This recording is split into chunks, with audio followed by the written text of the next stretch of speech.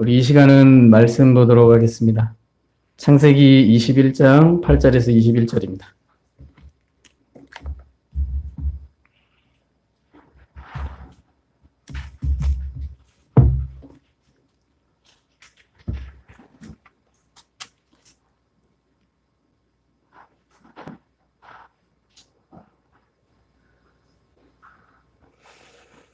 창세기 21장 8절에서 21절까지의 말씀입니다. 다 찾으셨으면 한 절 한 절씩 천천히 맞춰서 교독합니다. 아이가 자라매 젖을 떼고 이삭이 젖을 떼는 날에 아브라함이 큰 잔치를 베풀었더라. 사라가 본즉 아브라함의 아들 애굽 여인 하갈의 아들 이삭을 놀리는지라. 그가 아브라함에게 이르되 이 여종과 그 아들을 내쫓으라. 이 종의 아들은 내 아들 이삭과 함께 기업을 얻지 못하리라 하므로 아브라함이 그의 아들로 말미암아 그의 이름을 불리시기 하더니 하나님이 아브라함에게 이르시되 내 아이나 내 여종으로 말미암아 근심하지 말고 사라가 내게 이른 말을 다 들으라. 이삭에게서 나는 자라야 내 씨라 부를 것임이니라. 너나 여종의 아들도 내 씨니 내가 그 왕한 민족을 인도하리라 하신지라. 아브라함이 아침에 일찍이 일어나 떡과 물 한 가죽 부대를 가져다가 하갈의 어깨에 메워주고 그 아이를 데리고 가게 하니 하갈이 나아가서 부엘세바 광야에서 방황하더니 가축들의 용리가 하신지라.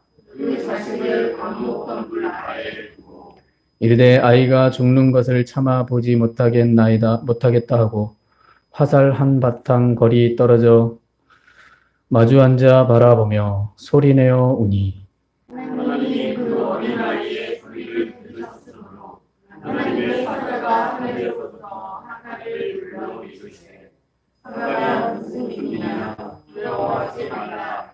하나님이 저기 있는 아이의 소리를 들으셨나니 일어나 아이를 일으켜 내 손으로 붙들라. 그가 큰 민족을 이루게 하리라 하시니라. 하나님이 하갈의 눈을 밝히셨으므로 샘물을 보고 나서 가축들의 물을 채워다가 그 아이에게 마시게 하였더라. 하나님이 그 아이와 함께 계심에 그가 장성하여 광야에서 거주하며 활 쏘는 자가 되었더니 그가 바람 광야에 거주할 때에 그의 어머니가 그를 위하여 애굽 땅에서 아내를 얻겨 죽였더라. 아멘. 합디자으로 인사드리겠습니다. 사랑합니다. 축복합니다.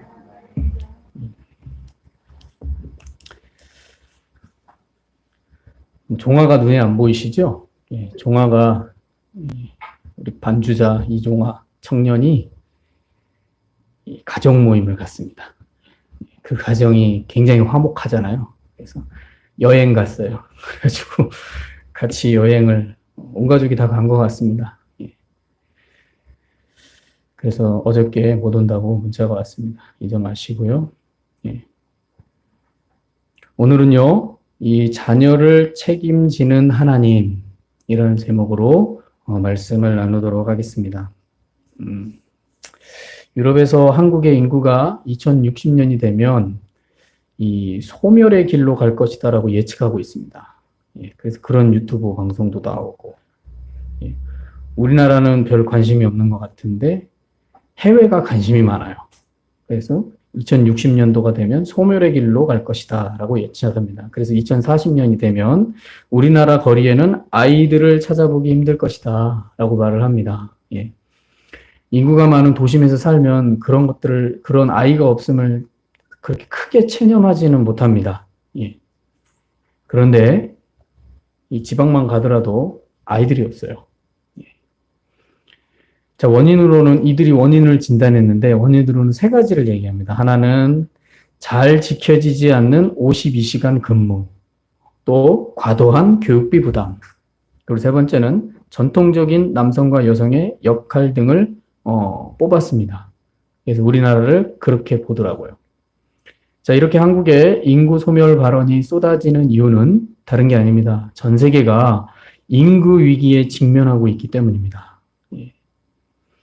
그래서 한국의 인구를 해결할 수 있는 방법을 제시했는데요. 이 방법이 실현되면 참 좋을 것 같다라는 생각도 듭니다. 근데 뭐 사람들이 따라올까 모르겠습니다. 그 방법을 제시했는데 이거더라고요. 출산을 장려하는 급진적인 변화. 예.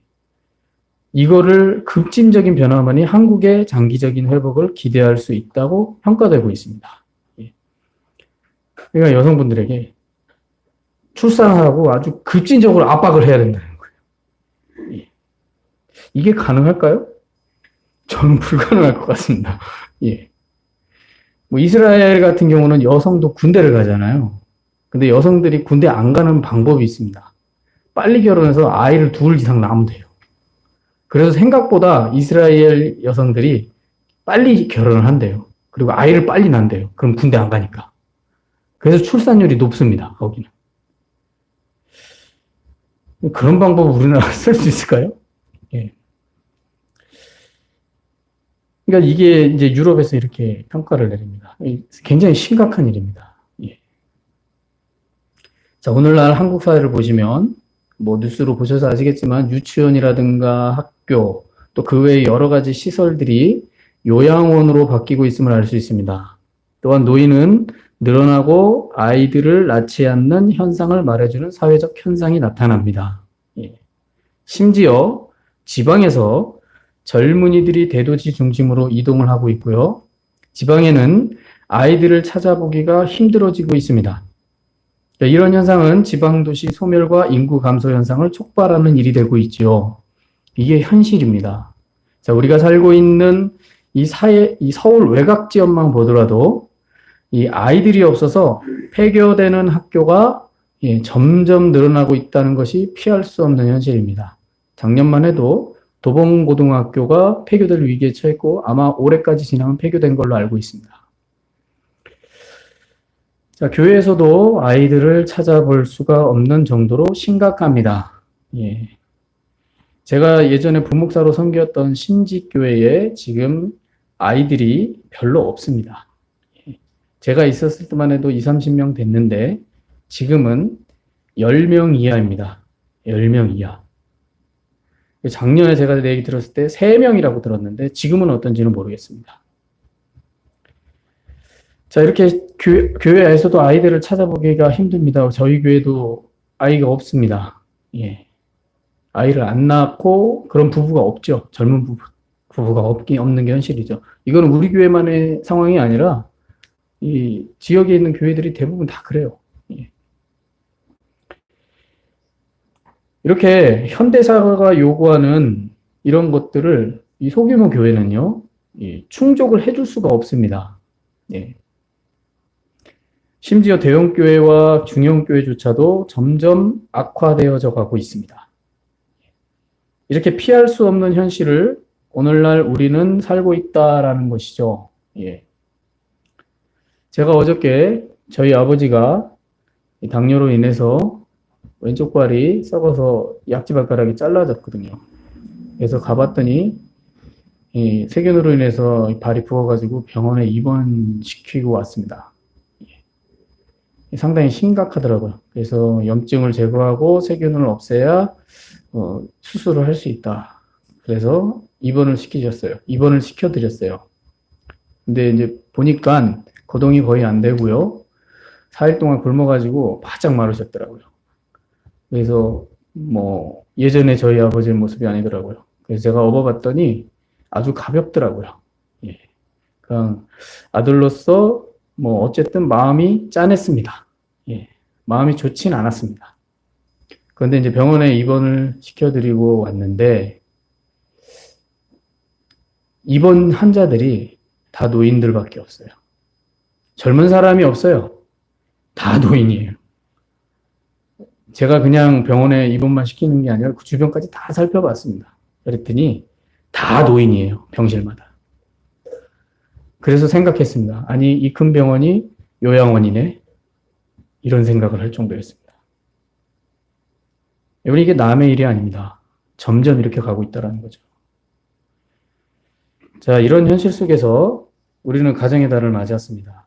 그리고 오늘 말씀을 통해서 제가 하나님께서 아이를 지켜주시는 장면을 오늘 말씀에서 보면서 하나님께서 자기 자녀로 삼으시면 아이를 지켜주신다는 사실을 깨달을 수 있는 말씀이라는 사실을 본문을 통해서 보았습니다.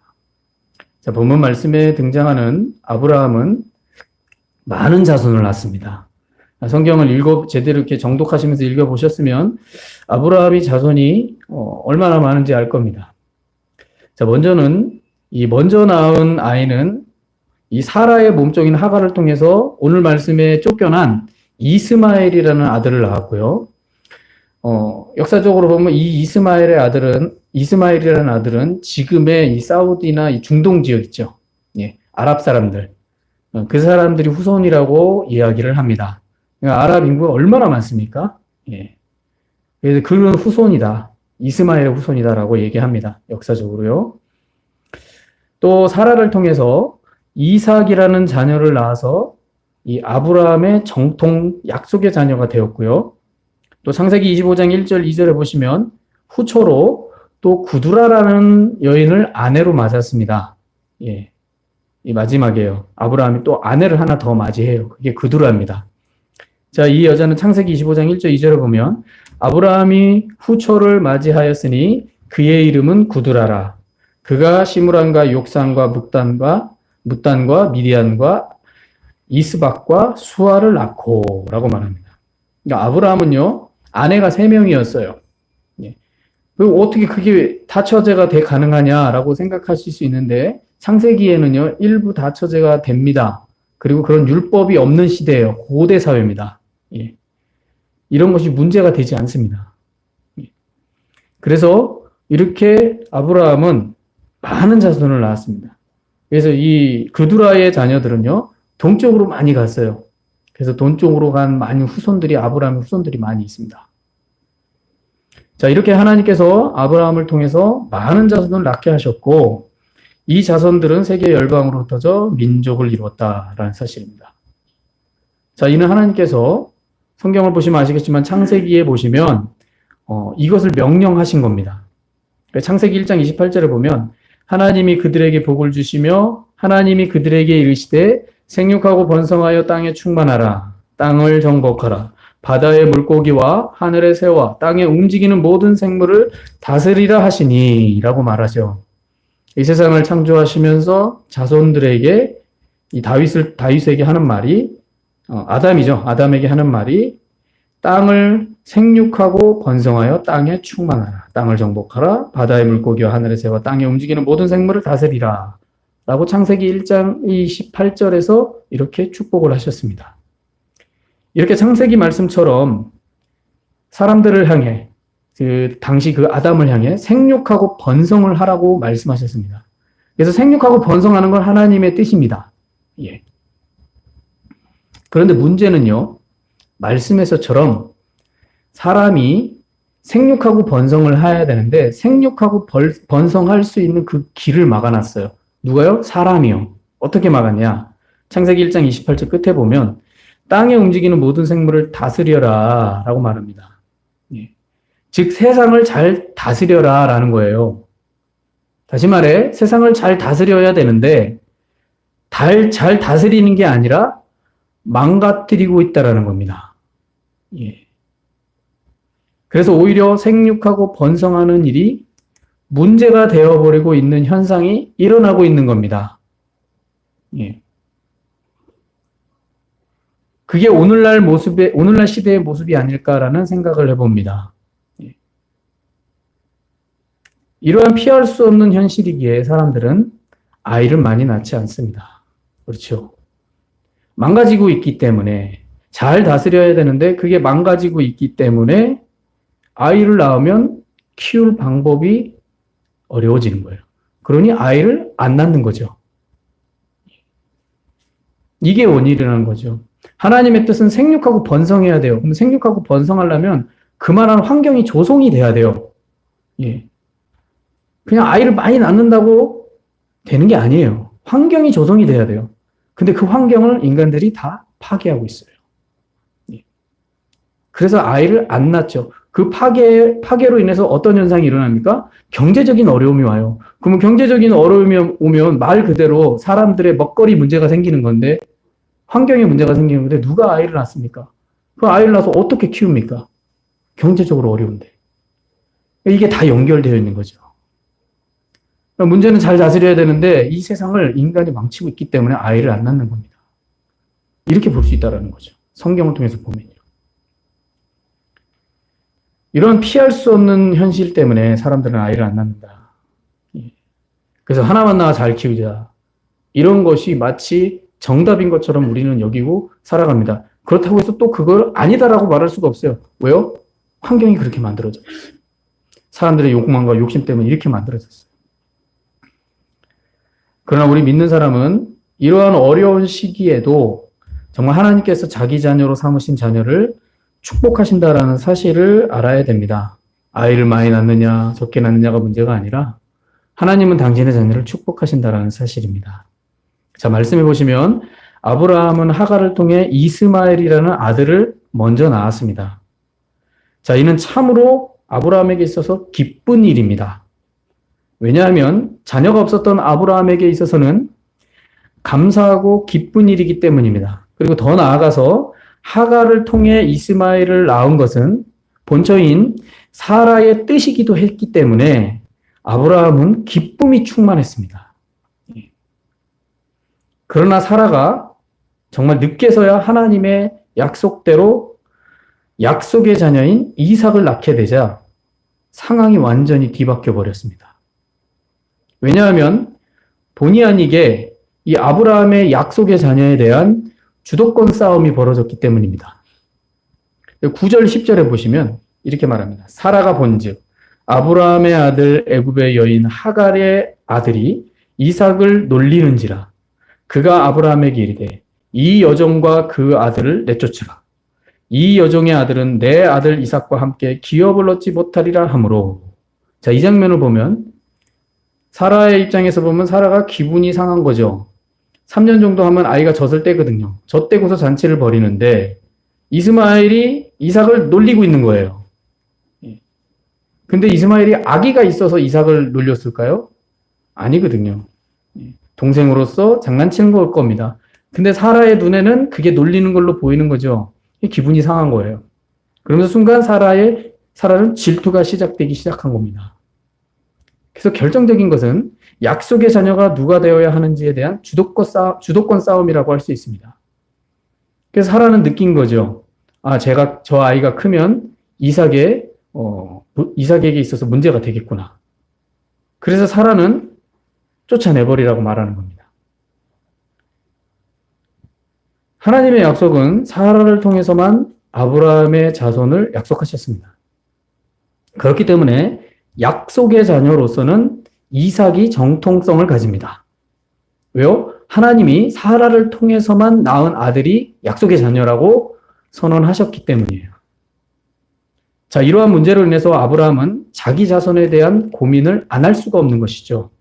11절에 보시면 아브라함이 그의 아들로 말미암아 그 일이 매우 근심이 되었더니 본처인 아내 사라가 후처인 하갈과 이스마엘을 쫓아내라 하니 아브라함이 옳았구나 하면서 너 나가 이렇게 하지 않아요. 근심하는 거예요. 그냥 근심도 아니고 11절에 보면 어떻게 근심합니까? 매우 근심하는 거예요. 매우 근심. 사람은 핏줄에 대한 근심은 누구에게나 있습니다. 근데 그 근심에 대한 차이는 사람마다 높을 수도 있고요, 낮을 수도 있습니다. 본문에서 아브라함을 보면 이스마엘이라는 아들에 대한 근심이 매우 컸음을 보여주고 있습니다.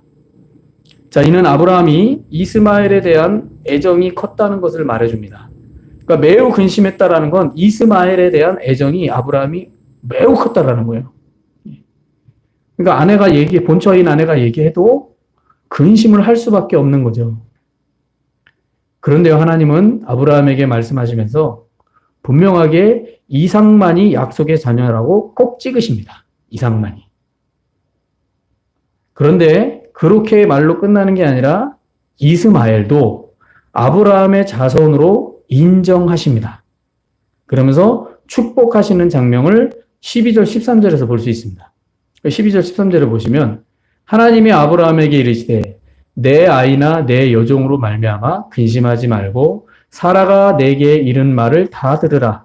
이삭에게서 나는 자라야 내 씨라 부를 것임이니라. 그러나 여종의 아들도 내 씨니 내가 그로 한 민족을 이루게 하리라 하신지라. 자, 하나님께서 이러한 말씀을 하신 것은 자녀 이스마엘에 대해서 하나님께서 책임을 지시겠다라는 약속입니다. 자, 비록 아브라함의 약속의 자녀로서의 정통성은 이삭에게 있죠. 그래서 이스마엘은 인정받지 못했지만 그것은 하나님께서 아브라함을 통한 약속의 자녀에 대한 인정이지 아브라함의 후손이라는 사실은 사라지지 않는다라는 거죠. 그래서 약속의 자녀로서는 이스마엘이 아니지만 그러나 하나님은 그 이스마엘도 아브라함의 후손이라는 거예요. 그걸 인정해 주시는 겁니다. 그래서 이스마엘을 하나님께서 끝까지 책임지시는 장면을 본문 말씀에서 우리가 볼 수 있는 것이죠. 그래서 17절, 18절에 보면 하나님이 그 어린 아이의 소리를 들으셨으므로 하나님의 사자가 하늘로부터 하갈을 불러 이르되 하갈아 무슨 일이냐 두려워하지 말라 하나님이 저기 있는 아이의 소리를 들으셨나니 일어나 아이를 일으켜 내 손으로 붙들라 그가 큰 민족을 이루게 하리라 하시니라. 자, 이렇게 하나님은 이스마엘을 돌보셔서 큰 민족을 이루도록 책임을 지셨습니다. 예. 그래서 이스마엘의 후손은 지금은 중동의 아랍 사람들입니다. 우리가 아랍 민족들을 보면 인구가 얼마나 많습니까? 예. 하나님이 그렇게 축복을 하신 거예요. 예. 왜요? 약속의 자녀는 아니라 할지라도 아브라함의 후손인 거예요. 그러니 축복을 하시는 거죠. 자, 오늘 이 이스마엘에 대한 말씀을 보시면서 자, 하나님께서는 당신의 자녀로 인정되는 자를 책임지신다는 사실을 가르쳐주고 있습니다. 자, 말씀에서처럼 약속의 자녀 이삭이든 약속의 자녀가 아닌 이스마엘이든 이는 모두가 아브라함으로부터 나온 자손이라는 사실은 부정할 수 없기 때문에 하나님은 이스마엘을 책임지시는 장면을 본문에서 말해줍니다. 자, 이런 점을 볼 때요. 오늘날 믿음의 사람이든지 또한 믿음이 없는 그렇지 않은 사람이든지 다시 말해 그리스도인이든지 그리스도인이 아니든지 하나님은요. 이 세상의 모든 사람들을 축복하시기를 원하고 책임지시는 분이십니다. 이 사실을 아셔야 됩니다. 그래서 하나님 모르는 사람이라고 하나님이 책임 안 져. 아니요. 책임지십니다. 왜요? 모두가 다 아담의 후손이기 때문이에요. 그래서 모두가 하나님의 일반 은총을 누리고 살아갈 권리가 있는 겁니다. 일반 은총은 뭡니까? 일반이란 단어가 뭡니까? 아시죠? 모두가 다 누릴 수 있는 권리예요. 자연을 보시면 봄이 되면 꽃이 피고 향기가 나죠. 그건 그리스도인만 맡을 수 있는 겁니까? 아니잖아요. 그리스도인 아닌 사람들도 누릴 수 있는 거예요. 열심히 일해서 환경적으로 좋은 삶을 누리는 거 그리스도인만 누릴 수 있는 겁니까? 아니죠. 노력하면 누구나 다 누릴 수 있는 거예요. 이걸 일반 은총이라고 합니다. 하나님은 그렇게 모두에게 그런 일반 은총을 살아갈 권리를 가지게 하셨습니다. 자, 이러한 일반 은총으로 인해 세상 사람들은 낙을 누릴 수 있고요. 또 행복과 좋은 것을 소유하며 누리기도 하는 것입니다. 자, 부모는 자녀에게 좋은 것만 주고 싶죠. 좋은 것만 주고 싶은 게 부모의 마음입니다. 예수님께서도 악한 자라도 자녀에게 좋은 것을 줄 줄 안다라고 말씀을 하셨죠. 그래서 이 세상에서 부모는 자녀에게 좋은 것을 주려는 것이 인지상정입니다. 좋은 것을 주고 싶죠. 근데 주고 싶어도 주지 못하는 부모들도 있겠죠. 그러나 부모의 마음은 좋은 것을 주고 싶은 게 부모의 마음입니다. 자, 이처럼 하나님도요. 세상의 모든 사람에게 좋은 것을 주시고 싶으십니다. 그러니 오늘날 시대에 예수 그리스도를 믿는 믿음으로 약속의 자녀가 우리가 되었다면 하나님께서는 그 약속의 자녀에게 모두가 누리는 일반 은총과 함께 더불어서 또 뭘 주시냐? 특별 은총까지 주시는 분이십니다. 그래서 하나님은 축복의 책임지심의 은혜를 누리게 하신다라는 거죠. 그래서 그리스도인들에게는 한 가지 더 추가가 되는 거예요. 그게 뭐냐? 예, 특별 은총입니다. 예. 이스마엘은 일반 은총의 약속을 받아서 퍼져나가서 민족을 이뤘어요. 근데 이삭은 일반 은총뿐만 아니라 특별 은총이 있었어요. 그게 약속의 자녀라는 거예요. 오늘날도 마찬가지죠. 우리 그리스도인은 일반 은총뿐만 아니라 특별 은총, 즉 구원을 받을 수 있는 그런 특별한 은총으로 입은 자녀가 되었다는 사실입니다. 그래서 오늘 이스마엘에 대한 이야기를 보면 오늘날 우리 그리스도인의 모습을 딱 빗대어서 잘 볼 수 있는 거예요. 그러니 세상에서 하나님을 모르는 사람이라고 해서 저 사람은 하나님의 은총을 입지 않은 사람이야 라고 말씀하시면 안 됩니다. 왜요? 그들도 하나님께서 일반 은총으로 다 역사해 주시는 분들이에요. 단지 그리스도를 만나지 못해서 특별 은총 가운데 들어오지 못했을 뿐인 거죠. 이스마엘이 약속의 자녀가 되지 못했던 것처럼. 그러므로 우리 그리스도인은요, 이러한 하나님의 책임지심의 은혜를 누리는 존재라는 사실을 잊지 마시기 바랍니다. 자격이 있느냐 없느냐를 따지는 문제가 아닙니다. 예수 그리스도를 믿는 자녀가 되었다면 비록 좀 부족하고 실수가 있고 연약해도 그것과는 상관없이 예수님을 구주로 믿는 믿음이 있다면 그 사람은 하나님께서 책임지시는 자녀라는 사실을 잊지 말아야 될 줄로 믿습니다. 오늘 우리는 이 오늘 말씀을 통해서 아주 간단한 말씀입니다. 이 12분 말씀을 통해서 다른 것보다 오늘날도 하나님은 우리를 지금도 책임지시고 계시다는 사실을 마음에 새기셔야 됩니다. 왜요? 당신의 자녀이기 때문입니다. 부모가 자녀를 아끼는 것처럼 당신의 자녀 되신 우리를 하나님은 아끼십니다. 또한 우리들의 육의 자녀도 이렇게 하나님께서 동일하게 책임지신다는 사실을 믿어야 될 줄로 믿습니다.